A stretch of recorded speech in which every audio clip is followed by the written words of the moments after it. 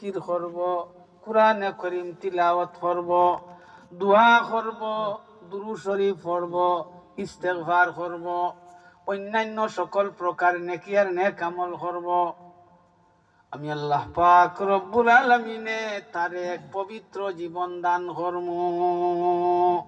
দুনিয়াতে রিজেকের অভাব মিটাইয়া দিমু, হালাল রিজেকের দরজারে খুলিয়া দিমু, বড় বড় বেমার আজার বিপদ আপদ মুসিবত থেকে হেফাজত করমু।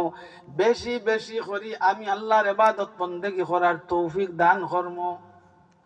ইমান ইসলামের উপরে অটল অবিচল করিয়া টিকাইয়া রাখমু। মৌতের সময় কলিমা নসিব কর্ম, ইমান দান কর্ম। মরার পরে কবর রে জন্নতের বাগান বানাইয়া দিমু।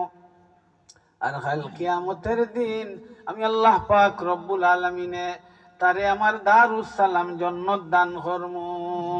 সুবহানাল্লাহ। বুঝছেন এখানে আয়াত পড়িলাম, এখানে আল্লাহ হায়াতে তৈয়বা দাও। হায়াতে তৈয়বার অত মানা, এগুলো আরবি শব্দ, এগুলোর ভিতরে অত মান না, খালি বললাম হায়াতে আল্লাহ আমারে হায়াতে তৈয়বা দাও। হায়াতে তৈয়বা যদি ভাইলাও আর রিজেকর অভাব রইত না, খানা পিনার অভাব রইত না, বড় বেমারেও হইতো না, এবাদত বন্দেগী ঠিক ঠিক মতো করতে পাইবে। বুঝছেন নি? আল্লাহ ইমান ইসলাম ঠিকিয়াও রইবায়, আল্লাহ হায়াতে তৈয়বা দিলেইছেন। মৌতর সময় আল্লাহ ইমান দান করবা, মরার পরে কবর নিয়ে রাখার সাথে সাথে কবর জান্নাতের বাগান হয়ে যাব। বুঝলেন? এ ভাই হল মা বইন